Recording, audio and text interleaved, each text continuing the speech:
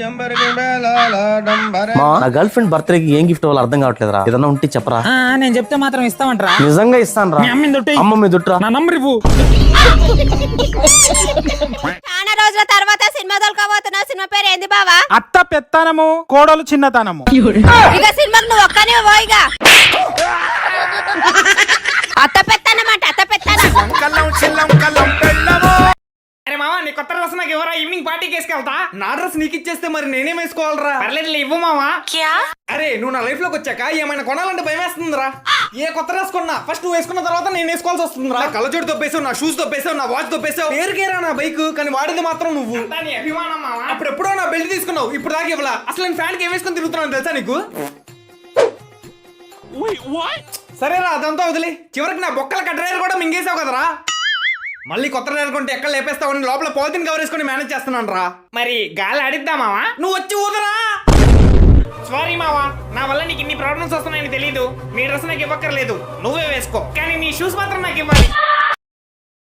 మా ఆయన గురించి చెప్పాలంటే వెధవా, 1వ నెంబర్ వెధవా. మాకు పాలు వేసే పాపారావు గాడు. మా ఆయన గురించి 2 ముక్కల్లో చెప్పాలంటే పోరంబోకు దొంగ ఎదవా, మన కిరాణా కొట్టు అప్పిగాడు.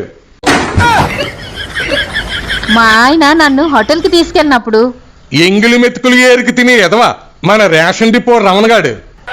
నాన్న నువ్వు పక్కకి వెళ్తావా నన్ను వెళ్ళమంటావా?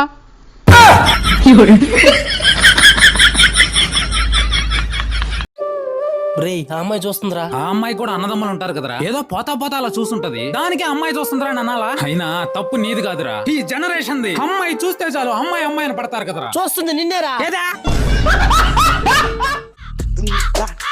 అరే 2 బీర్లు 2 క్వార్టర్లు. బీర్లు ఎందుకు మావా? అన్ని క్వార్టర్లే తెచ్చుకుందాం. అనవసరంగా హైదరాబాద్ లో జాబ్ వచ్చిందని గొప్పలు చెప్పుకున్నా. హైదరాబాద్ లో అట్టుంటది ఇట్టుంటది అని చెప్పి బిల్డప్లు కొట్టుకున్నా. ఈ రోజు ఊరికి రాగానే పార్టీ అడుగుతున్నారు నా కొడుకులు. సరేరా మీరు ప్లాన్ చేస్తా ఉండండి, నేను వచ్చేస్తా. డాడీకి రా పోయేది. అదేరా మా అమ్మ కూరగాయలు తీసుకురమ్మన్నదే. సరే అయితే అందరం కలిసి కూరగాయలు పోతాం. కూరగాయలు తీసుకుపోయి అమ్మకి ఇచ్చేస్తాం, అప్పుడు అందరం కూర్చుంటాం. అది కాదురా, మా నాయన కూడా పని చెప్పాడు, అది కూడా చూసుకొని రావాలరా. అందరం పోదాం, మీ నాన్న చెప్పిన పనే చేద్దాం, ఆ తర్వాత కూర్చుందాం. అది కాదురా, రమ్య కూడా పిలిచింది, వెళ్ళేసి వస్తాను లేరా. సరే అందరం కలిసి వెళ్తాం, నువ్వు దూరంగా మాట్లాడుకో, అయినాకే అందరం పార్టీ చేస్తాం. అయినా కదా నా దగ్గర డబ్బులు లేవు. హైదరాబాద్ అన్నావు, మంచి మంచి ప్యాషన్ లైఫ్ అన్నావు, ఎంజాయ్ ఎంజాయ్ అన్నావు. అన్ని ఉంటాయిరా, డబ్బులే లేవు.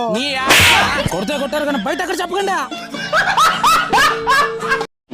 ఓసే, మా ఆఫీస్లో 10 మంది కలిసి 4 రోజుల కోసం అలా టూర్ వెళ్తున్నాం. 10 మంది కలిసి 4 రోజుల కోసం టూర్ వెళ్తున్నారు. అందులో ఆడాళ్ళు ఎంతమంది ఏంటి? 9 మంది.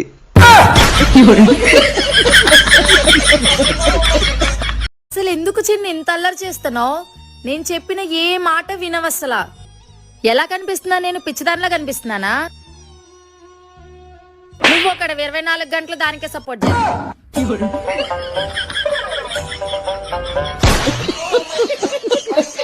ఏమండి మీకు విషయం చెప్తాను, కొట్టరు కదా. నేనెందుకు కొడతానే పిచ్చిదానా? లేదండి, కొట్టనని మాటిస్తానే చెప్తా. నా మీదొట్టు కొట్టనంటే కొట్టను. ఓకే, నేను ప్రెగ్నెంట్ అయ్యానండి. ఇన్ని రోజులకు ఒక మంచి శుభవార్త చెప్పావు, థ్యాంక్ యూ రా. మరి కొట్టనట్టేగా. అరే ఇంత పెద్ద శుభవార్త చెప్పాక ఎవరు కొడతారా? అదేంటి, పెళ్లిగా ముందు ఇదే విషయాన్ని మా నాయన చెప్తే కుక్కను కొట్టినట్టు కొట్టేవాడు. ఏంటే ఏమైంది? మా కుక్క గుడ్డెట్టి. కుక్క గుడ్డు పెట్టడం ఏంటే? కోడి కదా గుడ్డు పెడుతుంది. మా కోడికే కుక్క అని పేరిట్ట.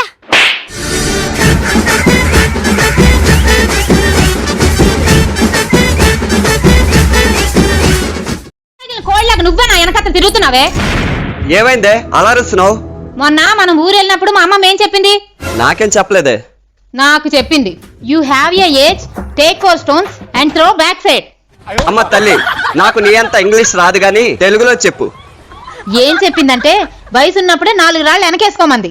నేను బజార్కి వెళ్తున్నానా, అప్పుడే నాకు కరెక్ట్ గా 4 రాళ్ళు కనిపించాయి. అప్పుడు మా అమ్మమ్మ చెప్పిన మాట గుర్తొచ్చి ఆ 4 రాళ్ళు వెనక్కేసాను. ఇంతలోనే తోవలో వెళ్తున్న ఆవిడ నెత్తి మీద పడ్డాయి. దానికే గొడవాడేస్తుంది. ఆవిడకి ఏమైనా అయిందా? ఏమీ అవలేదండి, ఇక్కడ నుండి ఇక్కడ వరకు చిన్న దెబ్బ తగిలింది.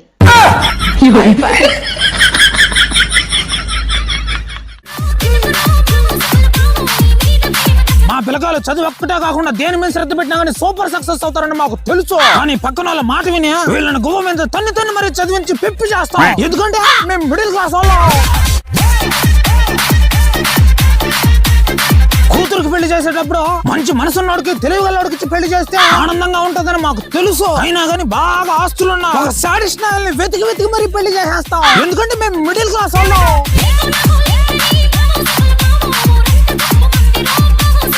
గొప్పలకు పోతే తిప్పలు తప్పని మాకు తెలుసు. అయినా కానీ పక్కన వాళ్ళ ఫ్యామిలీలతో పోల్చుకుని అప్పులు చేసి మరి ఫంక్షన్లు వేసి గుడిసిపోతాం. ఎందుకంటే మేము మిడిల్ క్లాస్ వాళ్ళం.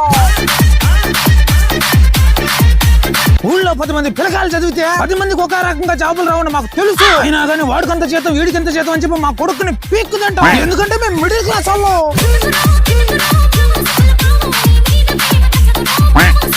మా చుట్టాలే మమ్మల్ని సంకనాకి ఇస్తున్నారని మాకు తెలుసు.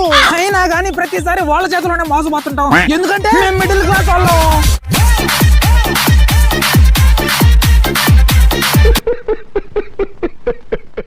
ఎక్కడికి వెళ్తున్నావు?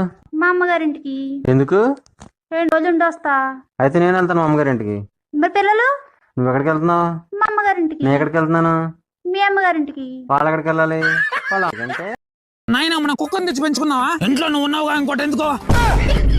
ఈ డబ్బాలో 100 రూపాయలు ఉన్నది కనిపించింది. 100 ఎందుకు కొట్టేశావురా?